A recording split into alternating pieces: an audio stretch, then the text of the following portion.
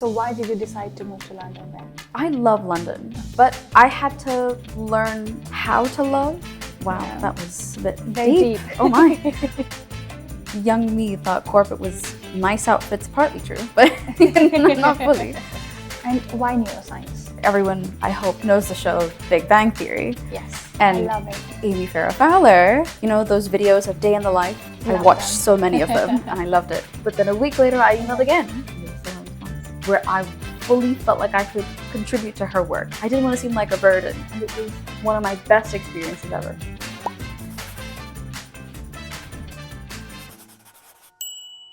Hi everyone, I am Tamanna and welcome back to my podcast Half Figured by Tamanna, where I talk to women in their 20s and 30s about their life living abroad and what it is to live in a foreign country and starting everything from scratch.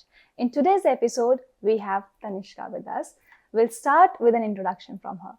Hi guys, my name's Tanishka. Thank you for having me. My pleasure. It's very fun to be here. Yes, I'm a neuroscience student. I just completed my master's and now I'm working with the NHS and Swansea University as a research assistant. I love that. We'll talk more about her experience in NHS and her life in London. So we'll get started. So we'll start with your childhood. Mm-hmm. Where did you live before London? Oh, do we start from the beginning or just before London? Just before London is fine, I guess. Just before London. Well, I've been in Singapore for a long time before I moved to the UK. Okay. And it is a fabulous place. So why did you decide to move to London then? Good question. Singapore has some wonderful universities. I'm sure a lot of people have heard of NTU and NUS, SMU. They're really great. Mm-hmm. But there is a little bit of a priority to hire citizens, which I am not, and it makes sense. And I was looking at opportunities outside, and I thought it would be nice to, have the experience of living away from home, despite the fact that I love my home. So there were obvious options of UK, Australia, US. US was pricey, on the pricier end, and it was also a bit longer, so it didn't make the most sense at the time. Australia, I hadn't considered enough, but I saw the UK universities. I loved their programs and I looked at individual modules that they did, and I had made my choice of UK. Love that. And it makes sense as well because compared to the UK and US degrees, even though the outcome is somewhat similar, but the price range of the degree itself is huge. Yes. And the difference itself makes so much, especially if you do not come from a filthy rich family. And that was also one of my main decision, a factor as well while making a decision of coming to the UK. Because I was looking for different universities and I realized I wanted to go to US, but they are like 3x or 4x costlier than a degree in the UK. And it would not be a sensible decision for me back then. I might just go to the US maybe this time, but who knows? Okay, so I love your life in Singapore, and you said you were happy there. You just wanted to explore and have a better opportunities for yourself. Yes. And considering the fact that Singapore kind of prioritize their own citizen first before giving them a good university. And then that's how you decided to move to a different country and you chose UK. Yes. Is that it? I would probably add that at the time, so this was 2018, 2019, where I started looking for universities for undergrad. And at the time, neuroscience wasn't really a thing for bachelors. And that was probably a much bigger factor. UK had certain degrees that were very clear, BSc neuroscience. And that was, I knew what I wanted to do. I didn't want to waste my time. Yeah. So, yeah. And why neuroscience? That's such a good question. And it's a twofold answer, and I'd probably argue they're a bit both silly, but it's what gave me the introduction. In my high school, maybe it was middle school, but there was some school project that we had to do, and we had to pick a book for some sort of book report and, write about it. And I don't know how, I'd like to think it was the universe, and it presented this book to me that I had seen on the shelf, and it was basically a book about neuroplasticity. And it was written in really simple language, and it was about stories. So I loved it, and I read about it, and it introduced me to a lot of psychology and neuroscience. So I wanted to explore both avenues. And I think 16-year-old me didn't know inherently the difference between psychology and neuroscience. Yeah. So both seemed great, under the umbrella of psychiatry. Yeah.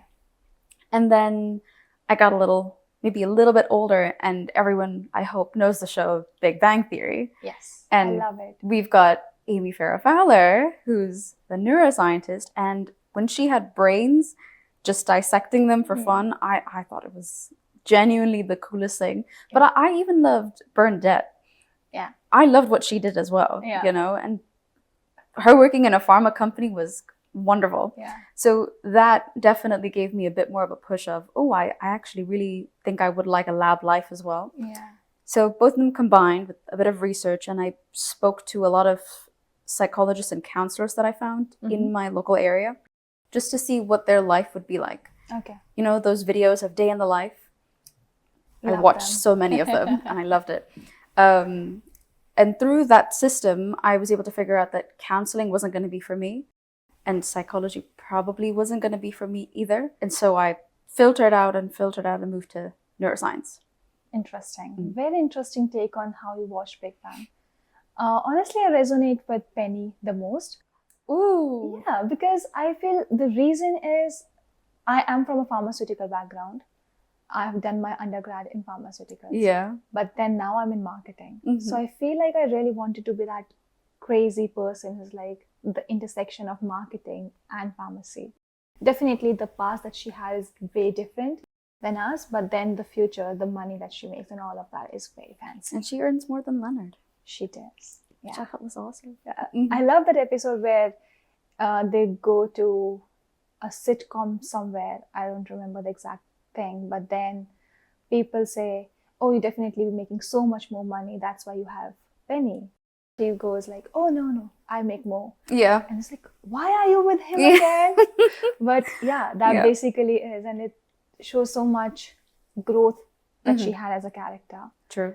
But I love that take, and I'm sure you must be a kid when you watched Big Bang, and that was your mindset when you watched it. Definitely. Yeah. A very cool take. Yeah. So how are you finding it now in real life that you have studied it for, I'm assuming 2-3 years now? Wow, now. I still love neuroscience. Yeah. I still think it's one of the coolest subjects alive. I mean, there's a reason why we have people like Elon Musk who are so interested in it. Yeah. Right? But it's such a fascinating subject. And I forget her name, but Farrah Fowler, the woman who played it, the actress who played it, she's also a neuroscientist in real life. Yes. And her YouTube videos are wonderful. I love her. She talked about elimination communication once. I've seen the video. And it was like, she's such a good speaker and just so well put with her thoughts. And I really liked it. When I first got introduced to her channel, the podcast that she's doing, and I thought it might be just out of the character that she did. And later I realized it's basically she is a PhD holder. Yeah. And she's an amazing person and she has such a big list of achievements. And I love that. I was like, damn, girl. Yeah. But it was amazing because her acting was also top notch, considering the character that she has to play. Lovely. And do you think your take has changed now that you are a student in neuroscience? Or do you still have the same opinion that you can be Farrah Fowler growing up? Oh, what a good question. I think maybe younger me was so inspired to be a scientist. Yeah. And so much credit goes to my mum because she's wonderful in science. Out of many things that she's fabulous at, all of her students know what I'm talking about, but she's such a good teacher and, of course, an exceptional mum, but she drilled so much science into our day-to-day. Wow. Probably something to do with the fact that both of her parents were surgeons. Damn. Yeah, so the fact that she didn't go into medical was a small of a deal, Okay. But still, science was just ingrained into her, and I think she definitely had a lot to do with that being ingrained in me. But I think I had a different outlook when I was a bit younger about what science would look like, what research would look like. Yeah. And I definitely didn't have enough knowledge about what the pharmaceutical world was. Yeah. Young me thought corporate was nice outfits and a lot of this. Let's circle back. Exactly. Yeah. Which is partly true, but not fully. So I think now that I've participated a lot in academia research I think it's definitely opened up my eyes to what that industry sort of really is, and both the advantages and the severe limitations that do exist. You know, funding being one of the most important things. And obviously with funding comes your freedom being tied to it, I feel. True. Yeah. So that, I think it was very necessary for me to have some of those experiences, because now I know a little bit more about what I want to do in research, what I don't want to do, and where I might go further into it. So interesting. And at such young age, having this clarity and the vision that you have right now says a lot about you. And hats off to Auntie, your mom, who has ingrained such a great wisdom in you growing up. But I also wanted to understand, does your parents has a lot of say in your academics or the career that you choose or the country that you go to, or was it just your decision alone? I don't know if you relate to me with this, but sometimes I don't fully trust my own memory. Okay. You know? Yeah. Please, does someone know? I hope. So sometimes I can't tell if it's, with a different lens. I would like to think no. I would like to think that my parents didn't push me for anything that I didn't want to do. Interesting. Maybe Kumon. I don't know if anyone knows Kumon here, but I definitely had to do Kumon classes. It was like maths classes. Okay. I didn't want to do it. Is it something similar to acrobats? I don't know what that is. I'm not sure how to explain this. Please don't judge me if you guys know. Just Google it. But it's something like kids doing all this heavy maths calculation in their heads.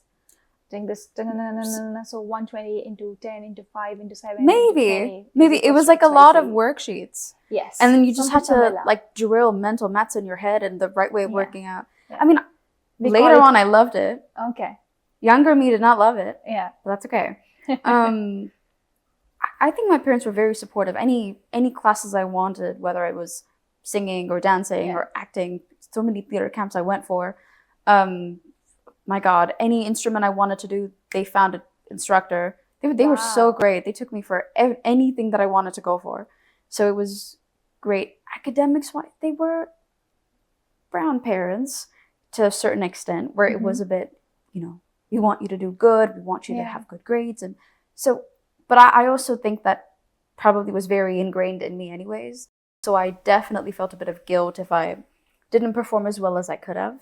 I think it's also because of you living in Singapore. I haven't been there, but from the conversations that I had with my other friends, it said that Singapore is very competitive when it comes to academics and stuff.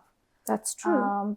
And that's why people in India, if they decide to go abroad, Singapore is definitely not on their list because India is very competitive when it comes to exams and academics and stuff.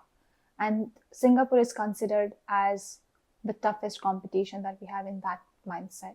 Wow. Because people have very similar mindset in Singapore as well. It's, again, I haven't been there. This is the conversation that I had with my friends who have lived in the country, both in India as well as in Singapore. I think that makes a lot of sense. I would say that there is a difference between the Singaporeans who are locals and the expats who come there.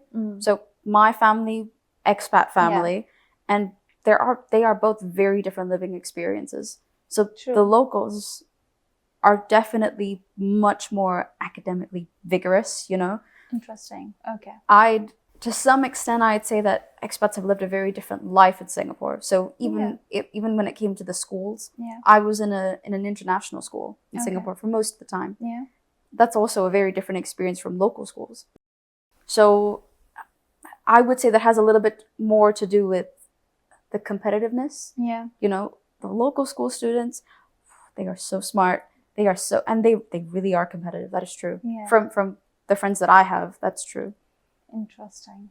Damn. Okay. And how do you feel is the education system in the UK compared to Singapore? I probably can't comment too much about what the younger school systems would be, because the A-levels, I did international baccalaureate, so I did the IB system, and A-levels is very different from IB. I've always been of the opinion that IB is a bit more harder, but, controversial take. I don't think I could comment more than that. I would say that my first year of undergrad was a lot easier than what I thought it would be. And I think that because IB is a wonderfully intense system Yeah. with the amount of content that they teach, and I had really good teachers. Okay. So I was very prepared for my first year of uni in terms of Interesting. content. Interesting. I don't think that there were a lot of people who were local who necessarily felt that way. Yeah, of course, of course. And which university are you in? I did my undergrad at Cardiff, so Okay. in Wales, and that was a very straightforward decision for me because they have this building, Kubrick, so the Yeah. Cardiff University Brain Research Imaging Center, and that I read so many of their papers before I decided to apply for that university because I really wanted to see what kind of research they would produce. Because in my head, I don't know if this was delusional or not, but I didn't want someone teaching me, I suppose, methods and research that was old and outdated in a Of field where course. you need to know what's new. So if you have an institute that's currently doing research about what you're studying, you're probably going to have content in your lectures that's new, was my thought process. No, it does make sense. And then considering how fast the things are changing in today's day and age, it's also very important for us to keep up to date with everything, right? And I love how proactive you were as a kid while looking for university, because I'm assuming you were 18 or 19 back then when you were doing all of this research, and you have such a clear mindset and an idea of what you want from your degree. And I love that because it's very rare in people of that age to have that much of clarity. Yeah. And absolutely, as you said, you're coming from a background of academia where your parents were supportive and they have, if not all, but they have somewhat interest in what you were doing and they have an understanding of your subjects. Yeah. So I think that might help you as So well much. to a certain level. So much. My dad sat down with me every single day and would go over universities with me and like help me pick out this module is really good and that module is really good and beta, we should look at this, and like he was so on top of his game with me. Love So that. huge difference in the world. And is he also into academics? No, Okay. he's in sales. He's a hotshot guy, you know. So he works for ArcelorMittal. It's a pretty big steel company. Oh Yeah. Damn. Yeah. Okay, interesting. Very I interesting. didn't know how big of a deal this was Okay. until I was much older. Because Ah. my dad doesn't act in any sort of Very way. humble person. Too humble. I thought, man, this guy, like, you know. But yeah, no. So he's the sales manager of, I think, Southeast Asia. Interesting. Yeah. So he's pretty good, you know. And I didn't know. But Love yeah. that. Love that for you. So how is London, like as a whole, as you go? I think you're living in London for almost 2 years. Correct me if I'm wrong. Yes. About 2 2 years. years. Okay. How is your life here? I'm sure you'll be missing your parents, but other than that, would you recommend young girls moving to London or moving to the UK? I love London, but I had to learn how to love. Wow, Yeah. that was a bit Very deep. Oh my. Because I think that I made a mistake when I went to undergrad, but I think it was a mindset mistake of constantly comparing Cardiff and Singapore. You know, because I was coming from a big city. Yeah. You know, as tiny of an island as Singapore is, it's still a very big city. Of course. You know, #1 passport in the world, fellas. Come on. Yeah. But it was a completely different vibe. I mean, skyscrapers are the norm in Singapore. It's not even, you don't even consider it. That Cardiff, big deal. Yeah. Cardiff is very different. You know, UK Okay. is very different. Okay. The culture, the customs, the norms, Yeah. the buses, the trains. I had never heard of Lidl. Now, you know, you're so kind by saying that I was so prepared. For some reason, my brain didn't think that I should research what the supermarkets are. Okay. Like 18-year-old me just didn't think about it. Yeah. So when I did come here, I mean, COVID didn't help, but Okay. when I did come here, I didn't know where do I buy, like, food from. Interesting. And COVID meant that my parents couldn't come with me. Yes. So that was probably the limiting factor, I'd say. Yeah. But I should have done the research. I just didn't think about it. I was so engrossed on, I have this freshers event I need to go for, and I need to make sure that I've packed my pillowcases. I was different priorities, I suppose. Yeah. Yeah. I think, to be fair, it's not that of a big deal. Yeah. Because you were preparing for your academics. You were preparing for your degree, your research, your university. Because university, again, as I said, you were just 18. Yeah. And you're trying to be very hard on yourself right now. But as an 18-year-old kid, the research that you did is amazing. And considering the food markets that you missed on, I think you could have learned that after living here for 1 week or maybe 2 weeks for that matter. Okay, but other than the food market, how was your experience overall? UK is great. Yeah. I really enjoy it. I just think it is about, you need to look for it. Yeah. You know, if I'm going in with the mindset of, oh, well, this isn't as good as Singapore and that's not good as that, it completely colored the whole lens that I had. And I mean, again, being away from parents is hard, even though I was prepared for it mentally, still doesn't make it that much easier.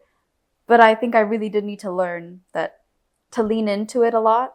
So even when it came to certain British customs that I just wasn't accustomed to. Yeah. Like, what's like the thing they say, hey, you okay? And I thought someone was actually asking me if I was all right. And then I thought, am I not okay? Yeah. So it's such a silly thing, but it really caught me off guard. True.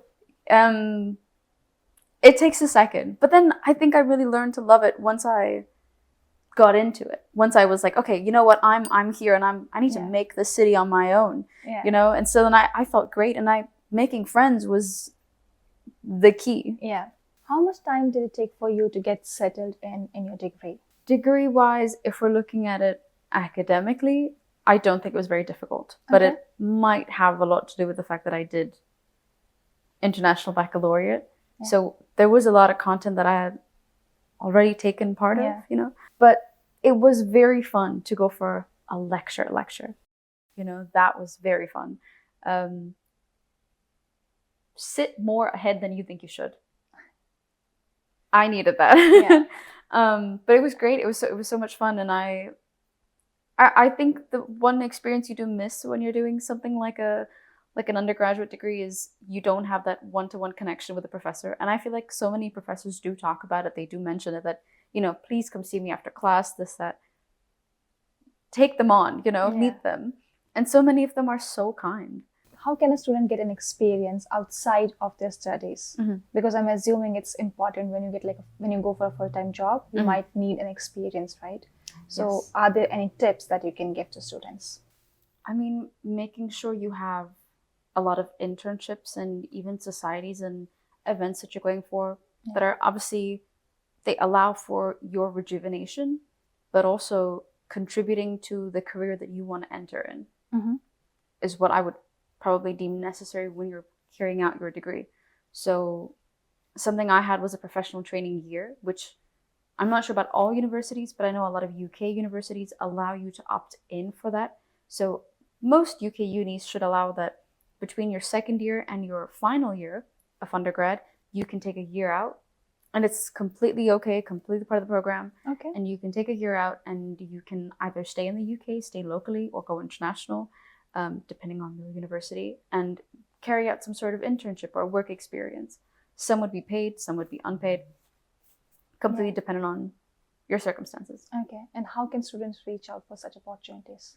So I know that some universities allow, they have a sort of list where previous students who've done this have, you know, contributed to the list, and you can kind of find out where you can apply. But I can only speak for maybe research, but email scientists. Okay. Go for their talks, events. So in London, they've got the Royal Society, and I am such a frequent visitor because I love their events. So many research institutes that you might want to go into in the future. They host so many panels, discussions, talk shows, podcasts. Email them, talk about it. Visit the exhibition that they're doing, and then speak to them afterwards. I've done that so many times now. Share one example. Okay, I can give a recent example. There is a professor who so too many thoughts in one go. 1 second. Okay, so we've got Francis Crick Institute, and it's one institute that it would be my dream to work in one day. And they do these courses recently called the Crate Crash course. Okay. I hope I'm not getting that wrong. And it is wonderful. It's like an hour talk that they do, and it'll be about like an interesting little tidbit of information. So I think there was a recent one that they did about embryos. Okay. And so, long story short, last year with my mom, because she visited me, it was great. And she's a science nerd like me, so we both went to this talk at Francis Crick, and there was a scientist, Emma Wall, and she did her talk, and it was fabulous and to the point, and it was about the pandemic. So I related a lot to the information that she was talking about, and it was beyond fascinating. And I was too chicken to go up to her and talk to her about it. And there were a lot of people already in line to talk to her, but I chickened out, which is, we don't want to do that. So I recently emailed her, and I just gave a little introduction about myself, and I said that I would love an opportunity to just sit down and talk to her about what their career was like, what it means to be a scientist, and I gave a little background of what I do. Okay. Yeah. And did that work? Well, we'll find out. So okay, I wish you the best though. Thank you. I love that. Thanks. And you were also sharing your experience when you moved to US for a similar opportunity. What was that? So it was again between second year and third year. I decided I was going to carry out my PTY, my professional training year. And then I needed to figure out where, with whom I wanted to do this. And by this point, I'm relatively over the fear of being away from home. And you might relate, a huge thing that helped me get over the homesickness was cooking home food. Yeah, of course. Yes. So I can't cook at all. It's such a therapeutic thing. I agree. It really is. And, you know, if at home you have chole, and then you cook chole, you feel a little bit connected to home. It's great. It's so great.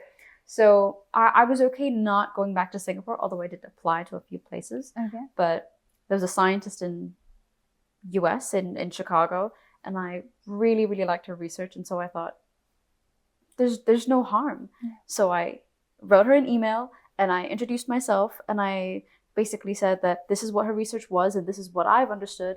This is what I like about it, and this is where I think I can contribute to her work. Yeah. And then there was no response.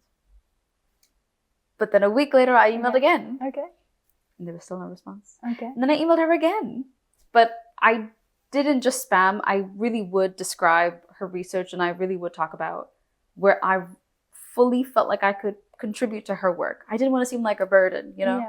Yeah. They're busy people, so I didn't want to overwhelm. And she emailed me back, and it was great. And she said, I'm so glad that you wrote multiple emails because I have so many. Okay. And let's hop on a call. And long story short, I got to work for her for a whole year, and it was one of my best experiences ever. I love that, how resilient you were. And if you guys are watching, I think if you know what you actually need and want from someone else, there is no harm in reaching out to them, cold mailing them. But make sure you do not spam, as you said. Do not spam them. It's very important that you know your why and how you can help them, what you bring to the table. Mention all of that in one single email. Do not think of having a conversation with them where you'll reply with a message saying, hi, how are you? And then expecting a reply from them, right? Just write a whole message, as much detail as you can give would be better. And then be resilient. Do not be over the board, or what do we call it? Do not... Like overburdened? No, not really overburdened, but do not try to oversell yourself, but then also make sure that you convey the right message. Yeah. And do not worry about getting a no, because no is just a stepping stone, and it's completely fine. Everyone gets no. As I said, you weren't expecting a reply, but still you make sure that you tell them what you bring to the table, and you waited for their reply patiently. Yeah. And then giving them a nudge as well every now and then, saying if they have missed the message, make sure to have a look at it. Yeah. I love the approach, and I think that's something we should take from this episode if you have seen it till now. And if you have watching this video until here, I really appreciate you. Make sure you subscribe and like the video, like the podcast. And moving forward, you said you're working with NHS, right? Tell me a bit more about it. So I was very lucky because the scientist that I'm working for currently, I met him through some function at some auntie's event once upon a time. Life is very strange when it comes to these sort of things. I met this scientist over 3 years ago. Yeah. In no world did I thought I'd be working for him now. But I think it goes to show that you never know who you're going to need or need to know later on. Yeah. So do your best to make a good impression, you know. Yeah. And that's exactly where networking comes in as well. Oh yeah. Networking is very important, and it's a skill. It's a skill you can develop even if it's not innate. Exactly. Yeah. So, and it's like a conversation that we can have like a whole different podcast altogether, because networking is actually a skill that people take ages and ages to learn and master. But okay, moving forward to your story. What happened next? So somewhere in the middle of my master's program, he was visiting London as I had met him in Cardiff. And he was incredibly kind and was like, I know you're new to London, so why don't we, have a catch-up coffee? And I thought that was great. It would be nice to have a familiar face. So we did, and we met, and he asked about how my degree was, and I was having a wonderful time. Yeah. So he was happy for me. And he was starting this new project. And he's part of the NHS, and he works in Swansea. Okay. So he was explaining his project, and I was in love with the idea of what he was doing. And there was no space for me, clearly, because I could tell this project was at its capacity in terms of staff. I still pushed my luck a little bit, and I basically was a bit cheeky, and I said, Uncle, to pull that card. I feel like you said I have to pull that card. And I said, I if you need anyone to, organize your data, do the work that you don't want to do, the grunt work, the write-ups, the secondary research, the data analysis, the image creation. Yeah. I'm very happy to be of service. Okay. And because he knew a little bit about my background already and he knew what kind of student I was, I think he knew I wasn't just saying it for the sake of saying it. Yeah. And he was like, okay, let me think about it. Again, I didn't expect it. I really was just testing my luck there. And a few days later, I got an email of him explaining what the project was, how I could contribute. And from there, we went on. And so I was doing that part-time while I was doing my master's degree. But that role was a lot more data analyst role. Yeah. So a lot of the work had already been done. And I finished my master's degree, and I was very lucky because I'm now continuing that project, but on a different role. Okay. So yeah, that's it was the craziest thing that I was very lucky to get this job. No, but I feel you're being humble at this point saying lucky, because I agree that luck plays a role in our life, but then you were also very proactive. You know when to play what card. You are doing your work behind the scene. You have a portfolio to represent yourself, right? It's not like, uncle, please give me the job. You said like, I can bring XYZ to the table, and hence the job, right? So I love that for you. And I love how resilient you are, how comfortable and confident you are with your skills, and how clear you are with the idea of what you want to be in the future. Amazing. It was nice having a conversation with you. One last thing is, where do you see yourself in the future? Like, once you're done with your master's, the current job that you're doing, where do you see yourself in, let's say, 5 years down the line? Great question.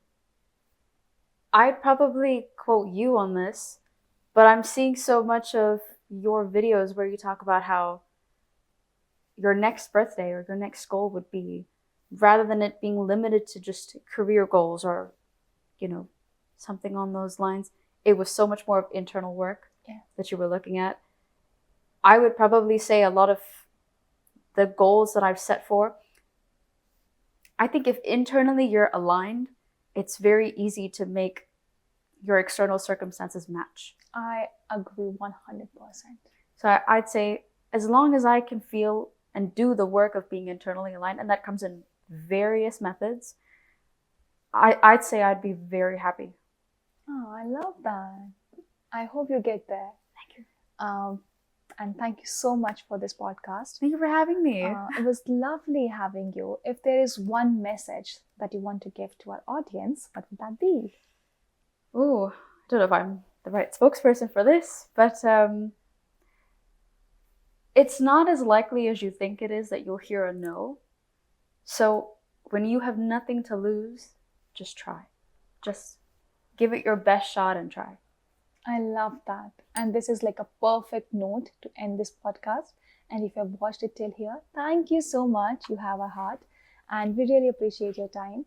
Make sure you follow, share, and subscribe to this channel. And we'll see you until next time. Bye.